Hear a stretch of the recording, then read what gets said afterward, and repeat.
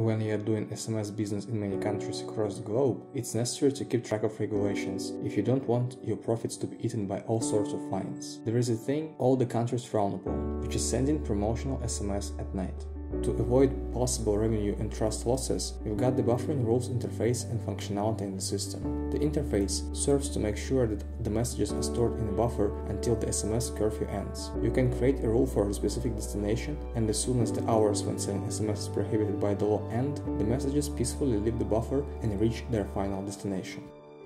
That's how the interface works. The interface is located in Start, SMS, Routing, Buffering rules. The interface itself is no surprise to the people who use LRS solutions. On the left side you see the rules created, and on the right side there is an Add and Edit panel, which allows you to add or edit the entries. Any buffering rule has a name, dates of activity, activation checkbox, and priority.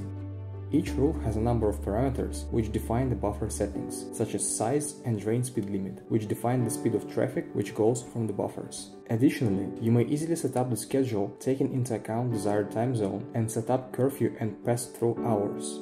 You may ask how the system defines which messages to put into the buffer. The system may analyze MCC of the destination number, sender ID text, and the customer product. With the help of these parameters, you will be able to set global buffering rules which detect the most generic promotion messages, or set it up in a very precise way, giving you much freedom in the configuration.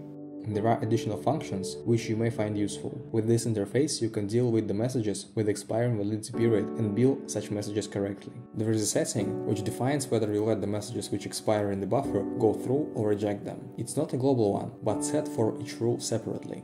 For correct billing, we have a special type of EDRs, which allow the system to reserve some money on the account to prevent it going below limit during the pass-through stage. We hope that this interface will come in handy. Should you have any questions, don't hesitate to address our support team via lrs@lrslabs.com.